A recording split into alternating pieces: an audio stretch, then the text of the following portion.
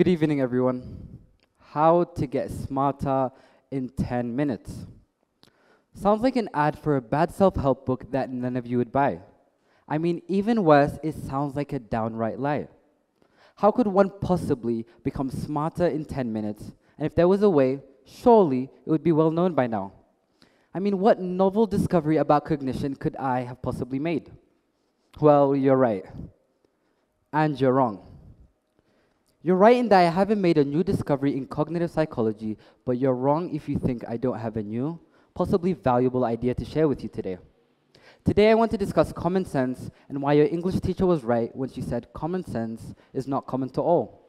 More specifically, I want to talk about logical fallacies and how important it is as a concept to understand in today's world. Now, I'm not a philosopher, I'm not a philosophy student, nor was I interested in things like formal logic. I mean, formal deductive reasoning is hardly the conversation starter. I don't think my route to developing an interest in logic was particularly unique, and for this reason, I think that it's able for you guys to. I don't think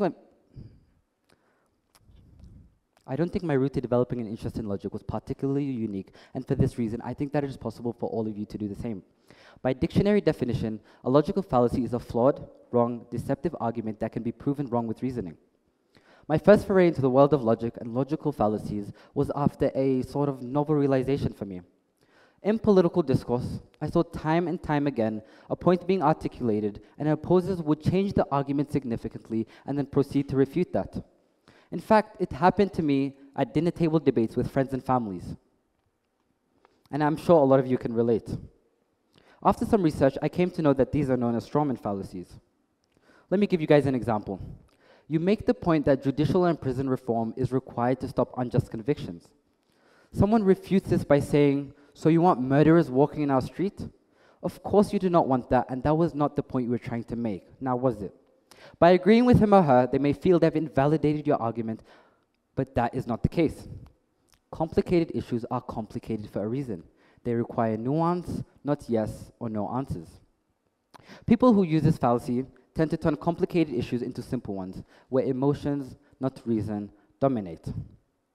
There's an interesting story about a Hungarian mathematician who had the job of figuring out where to place armor on warplanes in World War II. Now, the planes back then were not as developed as the ones you are accustomed to today. These planes could only carry a very limited amount of armor and still be able to fly.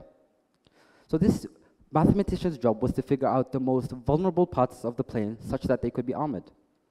Here is a picture of a plane that survived battle. Now, the red dots indicate where the bullets pierced the plane. Where would you guys put the armor? If you said the parts that received the most damage, you would have held the same views as the US commanders and myself a few months ago. After all, you should defend the parts being hit the most, right? Be that as it may, these statisticians were able to understand that these holes revealed the parts that needed the least additional protection. How does any of this make sense? The mathematician world asked a simple question: where are the missing bullets?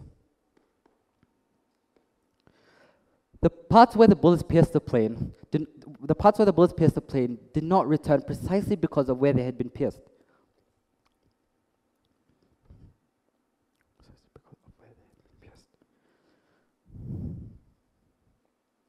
This is an example of survivorship bias, which then can be described as a logical fallacy, where one focuses on people or objects that have made it past a certain selection process and ignores the ones that have not, usually because of a lack of visibility.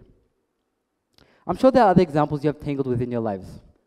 Maybe you switch on the news and someone tells you to disregard what someone else is saying simply because they have not gone to school, as if a university degree is the only indicator of whether someone can offer valuable information and opinions. This is an ad hominem fallacy, which is very common in my experience, defined as attacking someone's personal traits and character to undermine their argument. It is prolific within the political discourse and disappoints me every time I see it. Understanding why a person's line of reasoning does not support their conclusion can be useful. All of you read the news, watch the news, have Facebook, Twitter, and WhatsApp constantly being sent links of what happened today and what's happened yesterday. Essentially, what would have been called an information overload many years ago, but today is the norm. This constant consumption of information also leads to us consuming some misinformation. How much? I do not know. That is the subject of another TED Talk. But this constant flow of misinformation has been proven to be used to change our attitudes and essentially control us.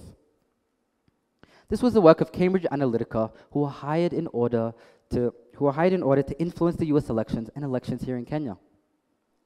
Constant exposure to illogical conclusions on why refugees need to be expelled for our national security, or why this person is going to save our country, or why a corruption scandal happened, can change our approach to policy on certain issues. Think about your opinions on some local, national, and international issues. Are they grounded by logical claims and conclusions, or have you been misled into holding an opinion with no strong logical basis? Francis Marie Awa, a writer, a philosopher, also known by his pseudonym Voltaire, had some funny entanglements with the ideas I'm exploring this TED Talk, namely logic and how it was used and misused in society. One of his quotes that I find myself coming back to is, "Those who can make you believe absurdities can make you commit atrocities." Let's think about that for a second. Some of the greatest tragedies happen because a narrative was pushed or people were scapegoated for the wrong reason. A good example of this, one of the dark stains of the history of our great nation, the 2007 and 8 post-election violence. Our country has historically had polarized politics because of narratives we have been fed and emphasis on our differences rather than our connections. However, we can overcome the polarization and pressure put on us by misinformed leaders. We can catch polarization before it becomes unmanageable and let no one delude us our brothers and sisters are our enemies. I am of the opinion that a philosophical education is fundamental in the building of a truly well-educated and well-informed society. And if we cannot hold our leaders accountable, then we truly do not have a democracy. But with the tools I've shared with you today, I hope we can hold our leaders accountable, elect better leaders by seeing through sham arguments and sham manifestos, and create a prosperous society for our communities and for our children. Now, I hope with the time I've been allocated, I have not frauded you, and if not a 20-point boost to your IQ score, then at least you now have better tools to analyze and understand the world with. Thank you so much.